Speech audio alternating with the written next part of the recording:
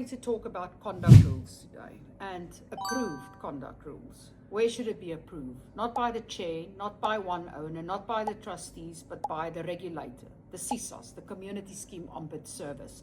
If your rules is not CSOS approved, you cannot implement and levy a fine onto an owner's statement of account. So I want you to go check your conduct rules now. First, is it CSOS approved? Do you have a Section 10.5C compliance certificate?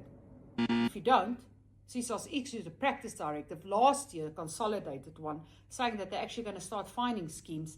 It doesn't have conduct rules, but I think the biggest problem we've got, if we're in a body corporate and our rules must be CSOS approved, is the fact that these rules are simply not enforceable. So Jolene can start running around smoking cannabis on the common property, swimming naked in the common property pool, and nobody can fine me because the rules are not CSOS approved. Think about that.